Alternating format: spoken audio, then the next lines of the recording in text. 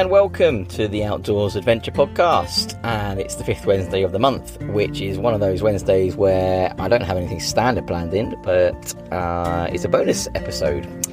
And I realised that it's also the 10th episode that I've released this Wednesday, so I thought, well, what better chance than to do a bit of a recap and a bit of a best of episode, looking back at some of the interviews and trip reports that we've done over the last 4 months, I think, since I started launching these. So if you're a new listener, or you fancy just sort of dabbling into the Outdoors Adventure Podcast and seeing what we do, this might be the episode for you. Or if you wanted a recap on some of the stuff that we've been going over for the last 10 episodes, then it should recap your memory on some of the interviews that we've been doing and some of the trip reports.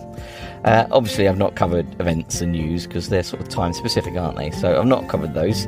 And a lot has changed since I launched doing the Outdoors Adventure Podcast. It was a bit of a hobby of mine. Turns out it's quite popular, which is fantastic. It's nice to see how many people are listening. And the format's changed a little bit, and I'm trying to release more episodes more regularly. But one thing that seemingly hasn't changed is the introduction.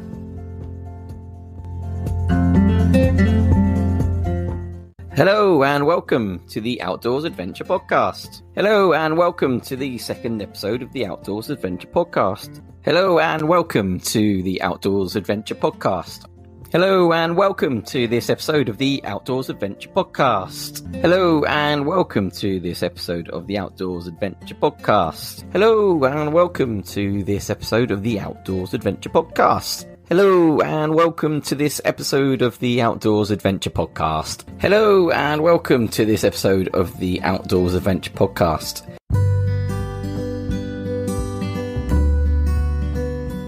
So yeah, based on that, I think I might need to start thinking of different ways to introduce the podcast. The only thing that has changed is I've become a little bit more tired over a little bit more tiresome, a little bit more weak over the 10 episodes. I've sort of started off a bit more enthusiastic than I finished. So I'll have to bear that in mind, I think. Now, obviously, the big part of the podcast is all about the interviews. I think it's potentially one of the most interesting parts with that and the trip report. And that's sort of what's given me a real joy over the last 10 episodes, interviewing some really interesting people and hearing their stories and their inspiration.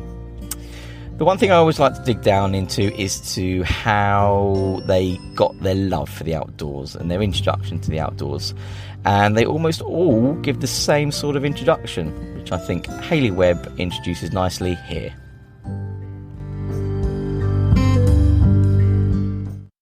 Where did your sort of inspiration and love for the outdoors come from? My parents, really.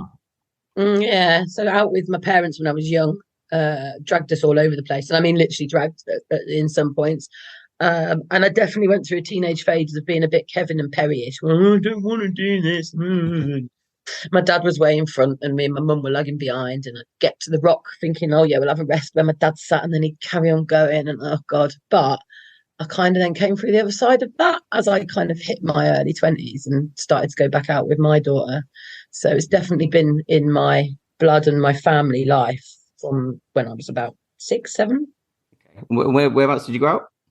Grew up in kind of Middlesex, really. Right. Sounds a bit posh, doesn't it, for me? So West London, for those that don't know where Middlesex is. So I was near Ealing, Harrow, around that area. We used to go up a little local hill, which probably isn't even really a hill now. It's called Horsenden Hill, which probably nobody's ever heard of. Actually, one lady has heard of it because she saw it in my write-up on my website and actually contacted me to say that she knows where Horsenden Hill is. And we just got there, and then we'd go to Derbyshire, and we'd go to the New Forest, walk around the Surrey Hills. And then really my first mountain, I was 11. And mum and dad got me out of school early on the Friday, and we went to Snowdonia, and I did the Snowdon Horseshoe. Lovely. And we didn't go up. Good introduction. Did you do Crib Goch at 11 years old? We did. We did Crib first, and then we did. I shouldn't call it Snowdon anymore. It's a Withfer. Oh no, of course, they changed the name recently, haven't they? Yeah. So yeah, we went up a Withfer and round to Crib Goch, and I definitely remember sitting on there watching my dad with his hands in his pockets, and I was like, Daddy, please hold on. Oh my God, we're gonna die. And he's got slides from it like that. God, that's how old I am. Wow, you're showing your age there. Yeah, so I was 11, and I remember overtaking an army group, and the sergeant or whoever was in charge at the time was shouting, "Come on, there's a little girl beating you!" And I was like, "Oh, yeah," but I was pretty terrified. However, yeah, that was my first proper mountain day. Yeah, I mean that's a good introduction to mountaineering.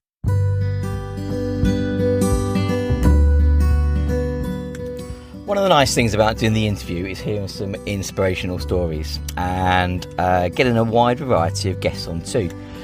I don't just want mountain leaders. I don't just want YouTube stars. I don't want women, men, just any sort of specific. I want a real variety of people that I talk to. And one of those perfect examples was Alan Bennett, who worked for the Scout organisation. And it was really inspiring to hear some of the stories he had to tell about the impact and the influence the Scout organisation has with young children. And I think the inspirational stories that we hear from a lot of the guests that we have on the podcast are fantastic, and it really inspires others to get out and do more and influence other people and just be a general good person. The Scout organisation have obviously helped a lot of people, and here's just one of the inspirational stories that Alan told us about.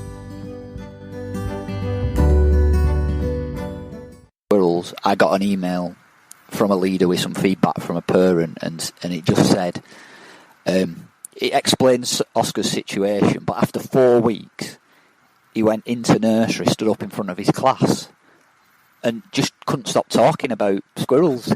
And that hit me at that moment, because I thought, if we're having an effect after 3 or 4 weeks, what's the impact that we can have? If he stays in Scouts for 10 years, that type of thing. And it's that really hits home of the impact. And if we can help young people that age form them good habits early of, being involved in your local community, helping out, getting outdoors and experiencing that, and have a value for the outdoors, that's only going to make people better citizens as they progress through life, really.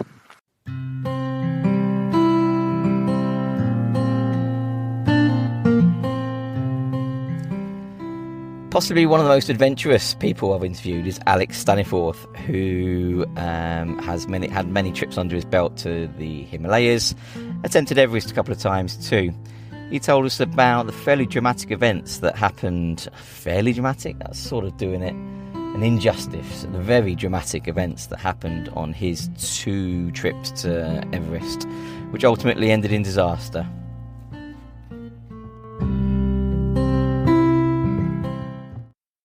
I suppose we should get on to what happened during your attempts on Everest. Why don't you explain it in your own words, because it's really hard for me to sort of introduce such an event, I think. I'll try and keep it brief, but basically when 2014 was my first attempt, flew out to Nepal on a team. That was led by Tim Mosdale, who I mentioned before, and we were walking into base camp from Lukla, which takes about 3 weeks on this 2-month trip.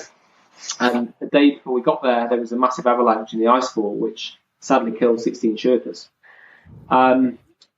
Obviously, we were lucky to be going home safe. We couldn't complain, but the expedition was called off about a week later, without even getting a foot above base camp. So naturally, we just had to pack up and go home. All that time, money, effort just gone.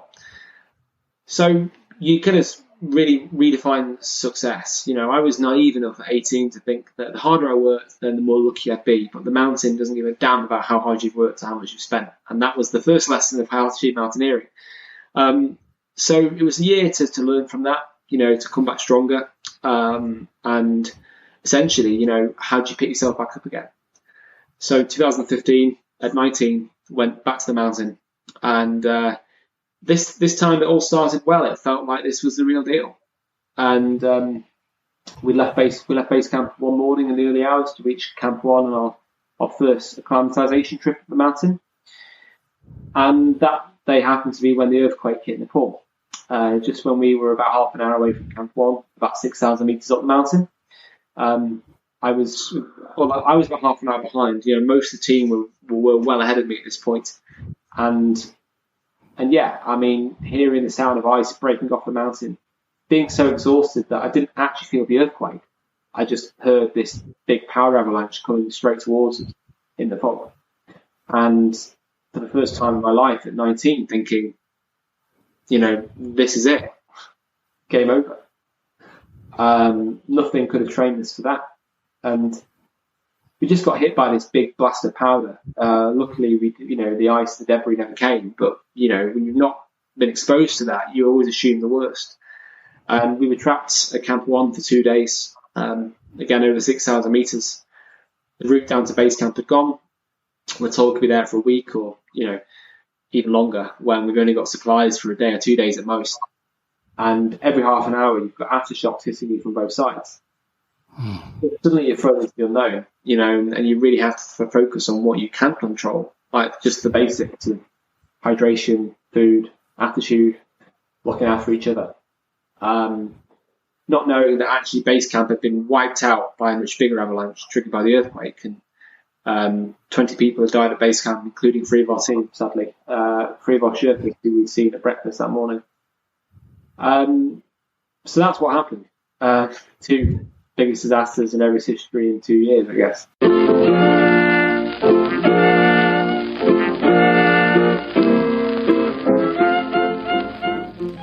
It's also been nice to hear how people make the outdoors a bigger part of their life. A lot of people I've interviewed used to have shall we say, normal jobs. And they've had a dream of making the outdoors a much wider part of their life. Johnny Walker, he's a mountain leader who we interviewed in episodes 6 and 7. He had a story about how he was in the corporate world, and I was really interested to find out how he went about making the outdoors a bigger part of his life. So you did your mountain leader qualification. Yep. At what point did you make the jump? Right. Well, that really was Sainsbury's, right. Because I call it made redundant in those. It was called a mitigation settlement. They basically had a big restructure. Right. And any of the managers that had done a lot of service, they realised that we got big pensions and big bonuses, and they could get guys to do the job a lot cheaper. Yeah. And so there was about 100 of us went, and so I went into work one day. I was doing a fair bit of sort of leading with yourselves and that, and building the logbook up. Yeah. And these guys they came along and said, "Now hang on, I'm trying to think. I'm thinking of my winter. No, my summer. I just went out and did my summer."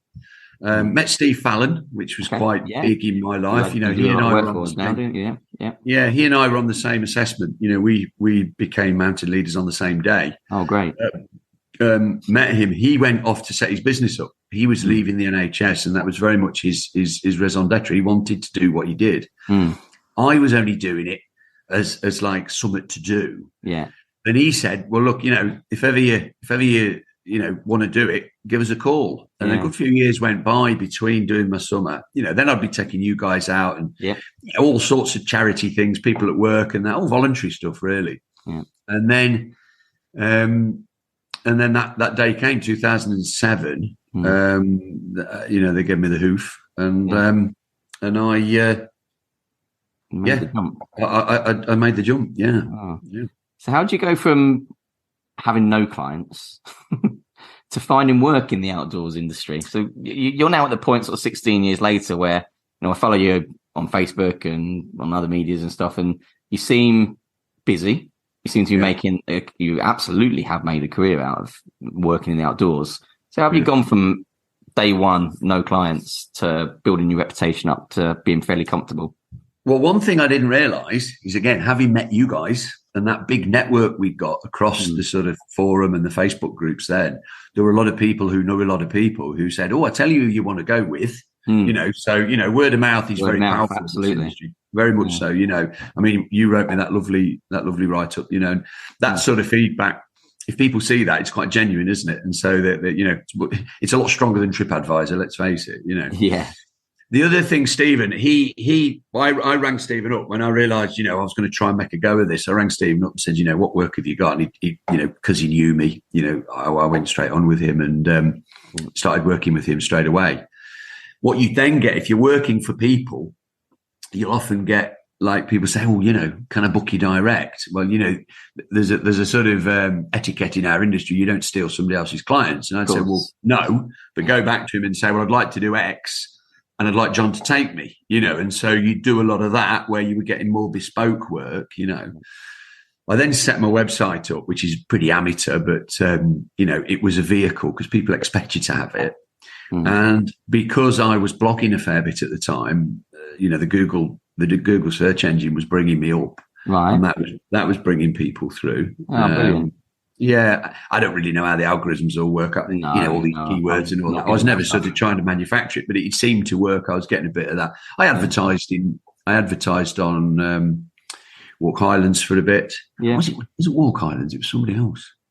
It might have been. We'll call it Walk Islands. It was one of those. I advertised for a small bit, and yeah, I just got a bit of exposure. You know. One or two other companies, I sort of wrote to them and said, you know, who were doing stuff, you know, Wilderness Scotland, I wrote to them, went to see them, started doing a lot of work with them. And yeah, it just sort of built from there.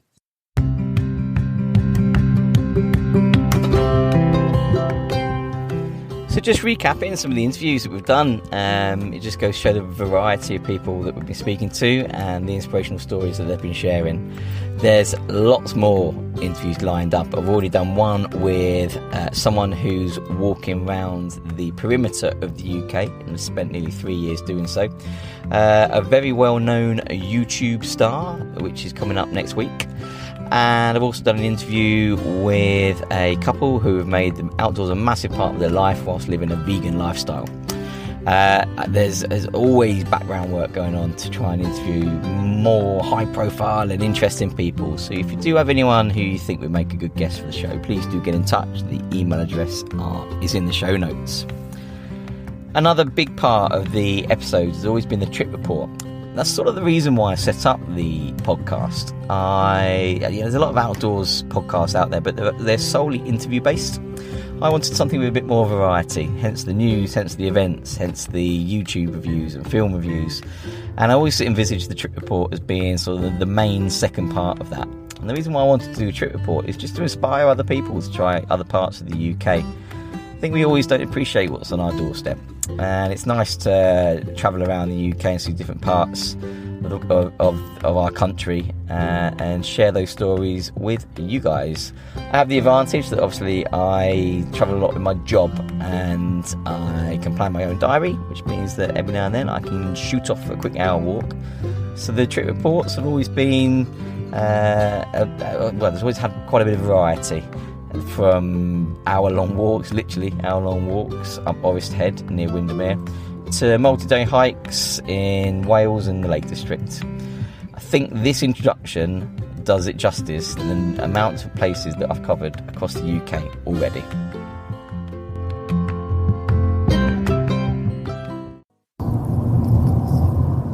Okay, so today I am geocaching. Right, this month's trip report is from the Tiwi Forest Park. I'm going to say that hopelessly wrong.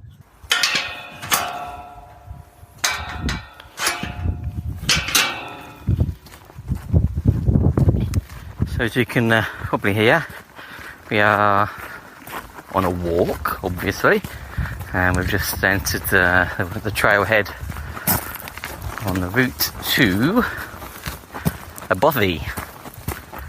I'm not going to try and pronounce the name of it. I'll spell it out for you in the intro. And we have parked near Auckleen, which is near Aviemore. Okay, today we are on the Nantley Ridge in North Wales. So today's trip report, this episode's trip report comes from Forest Head in Windermere, the Lake District. Today we are on a walk near Aviemore. It's a low-level walk.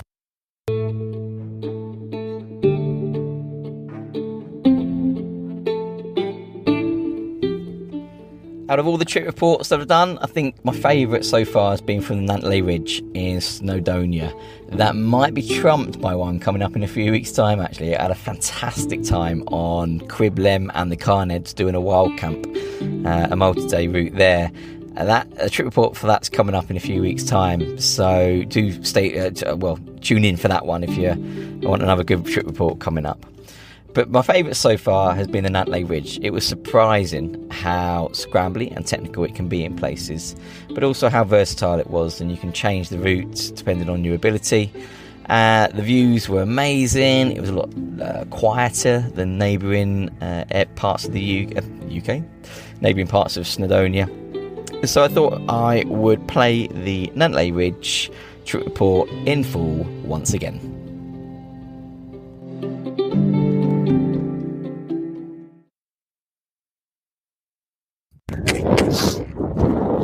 Okay, today we are on the Nantley Ridge in North Wales, and once again I'm here with Alan. Sorry, I thought you were going to introduce me there. Yeah, that was an introduction. Yeah, you didn't say much introducing last time before you said you were my better looking brother, apparently. Pointed out I was your better looking brother. Yeah, I mean, I probably should have pointed out at the time that you were adopted. Oh, no, that did. Anyway, as I was saying, we've crouched behind a wall. The things we do. If I was being responsible, I'd say don't park in Cwmpenant because there's no parking, and most people would park in Hebog, I think it's called. I did say I'm terrible. And so we can do the whole ridge, and then we're going to check out. There's a bothy on the way as well. K. Amos bothy. It's K. Amos. Yeah, like Tori Amos. Yeah, that's it. That's what I was thinking. Yeah. And we've done the initial stretch up onto Igarn, which is just up, basically. Just keep walking up. You can't miss it. It's a long way up. And now we are on our way to. Here we go. Are you ready? Miniad Drusy Coed. Oh, that is actually pretty good. It's like Tom Jones himself is sat here. Miniad Drusy Coed.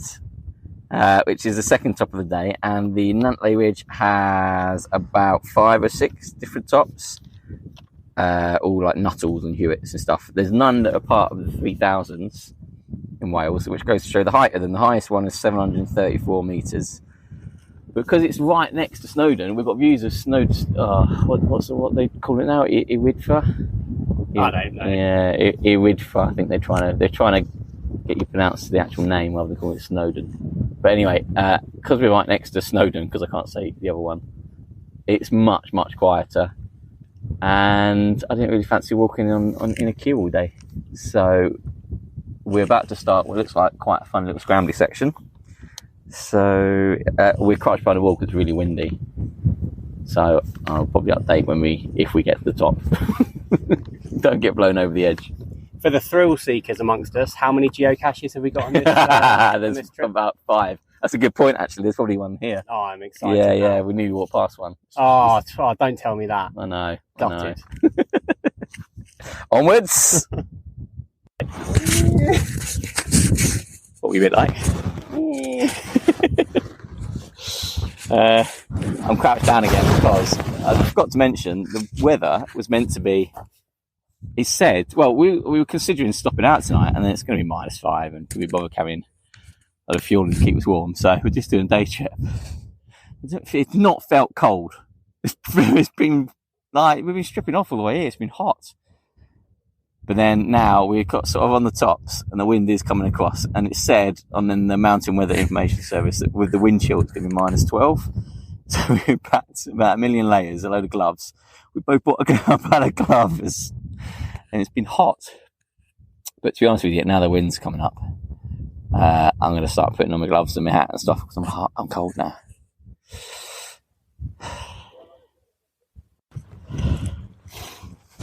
Right, we're now recording from the ridge.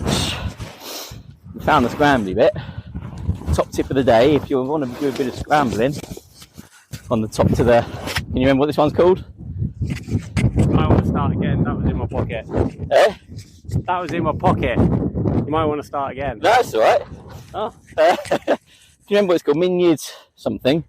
Minyard Drws Coed? Absolutely no idea. Or something?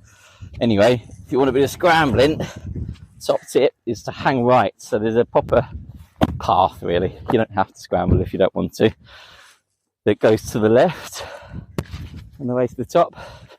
But on the right, you can sort of pick and choose, depending on your level of scrambliness. Is that a word? Well, I've just thought not everyone will know what scrambling is, Rob.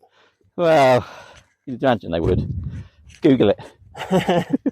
Scrambling. It's basically where you got to use your hands to get up something. So there is like a path on the left, but hang right, and then there's actually, I've just said to Alan, the scrambling is loads better than I thought it was going to be. Like, this is billed as sort of an alternative to Cribgoch, but without the crowds.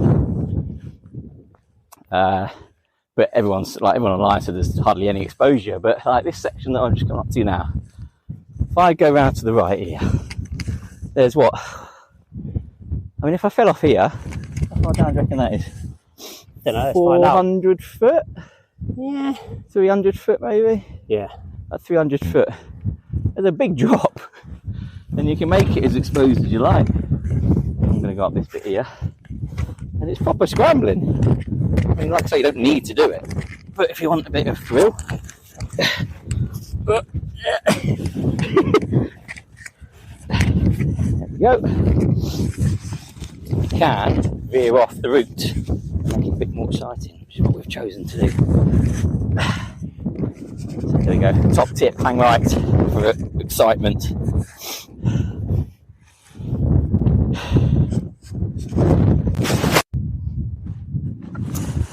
So we've completed sort of the main part of the ridge. We started on Igan and then went up Minyard Drws Coed, Tromigisgol, Minyard Tali Minyard. Working on these pronunciations. And we are now on a map rustling about. I'm still old school with a map and compass. Craig Coombe. I can't read it. Second. Craig Coombe Silin, which is the high point of 734 metres, and it's definitely the best view we've had all day. Because if I start in this direction, not that you can see it, we're looking down the west coast of Wales, and then you turn around and you've got the Llyn Peninsula. You can see all the way down to the end of the Llyn Peninsula, and then you turn around a bit further, you've got Holyhead. You can see Holyhead Mountain and all of Anglesey.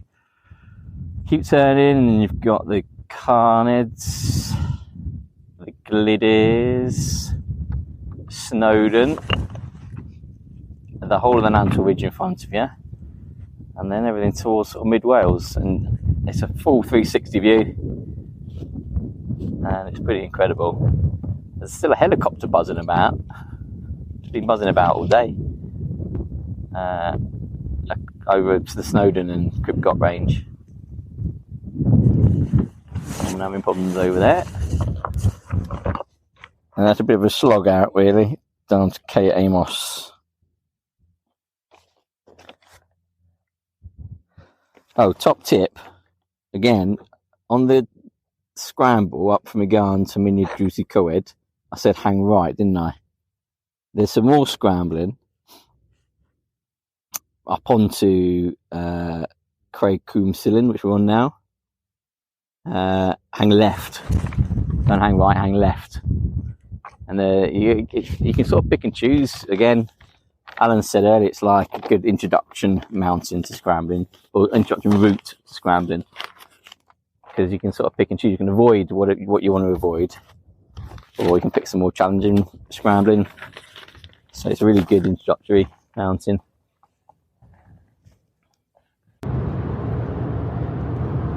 So I'm driving back now. I'm currently going through the tunnels on the A55. I'm sure we've all been through them on some adventures into Wales. Back into England, for those of us that are driving back into England.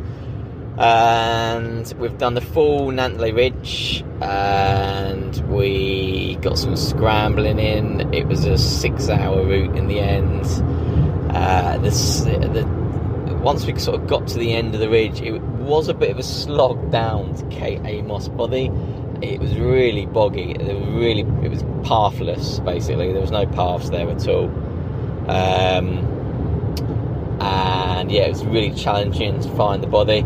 I cheated, to be honest with you. We had some 5G signal at one point, and so I Google Mapped the bothy.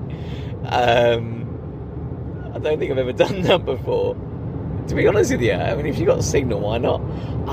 You heard me with my map before. I'm a paper map man still. I mean, I can't get used to using digital maps, and so to use 5G and Google Maps to find the bothy was a first. It's been a cracking day out. Like I said earlier, it's a really good introductory route to scrambling, because there are sections where you can make it as easy or as difficult as you like. We chose to make it a bit more challenging today, and so, like I said, we hung right at one point, hung left at one point, but there were paths to avoid the worst parts of the scrambling should you not want to feel a bit of exposure and stuff. And it was much more exposed than I thought it was going to be in places as well, because like I say, it's billed as sort of a grade 1 easy introductory scramble,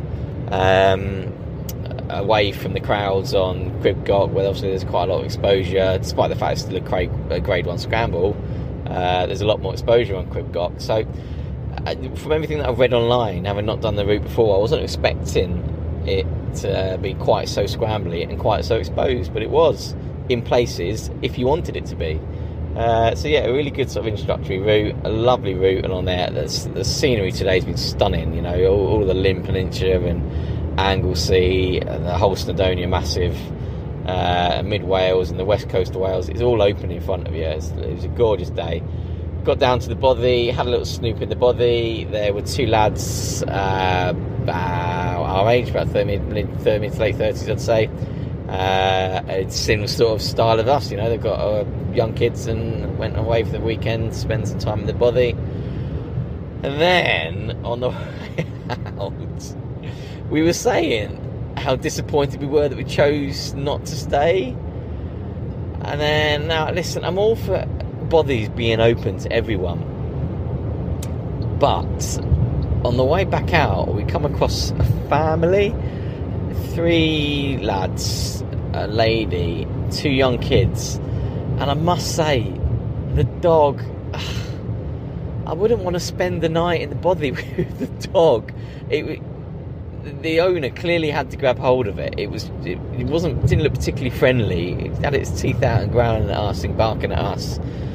And I did feel for the 2 lads that were in the bothy, because they said, "Oh, is anyone in the bothy?" And so they're obviously going to the bothy. And I just told them there's 2 lads there.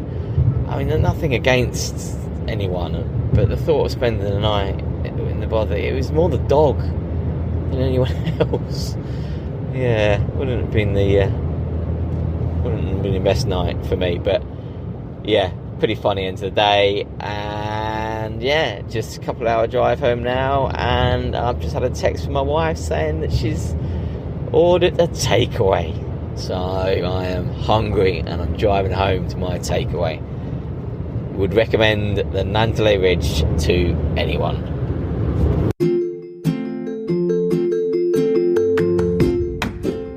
So thank you for listening to this episode of the Outdoors Adventure Podcast. It's been lovely to recap on the first 10 episodes.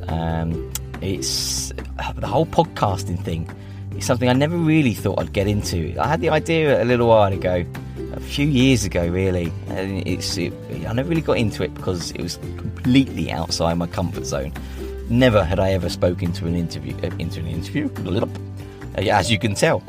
Never had I before spoken into a microphone or recorded my own voice. That's just weird. Interviewing people outside of a work environment, never have I ever done that before.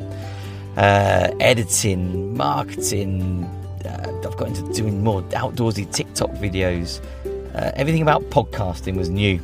So thank you to everyone who's listened to the podcast. The listening numbers are really creeping up. They're doing very, very well, and every time it creeps up and get a little success, or an episode does particularly well, it really helps me to continue doing it. Like I say, it started off as a hobby, but it's turned into so much more, really. It's a big passion of mine now, and I'm really enjoying doing it. So I hope you've enjoyed the first 10 episodes. Next week we've got an interview with Abby Barnes, who is potentially one of the best known people that I've interviewed. She's got a big YouTube and social media following. She does a lot of adventure videos across the UK and across the world, and it was a really interesting chat there.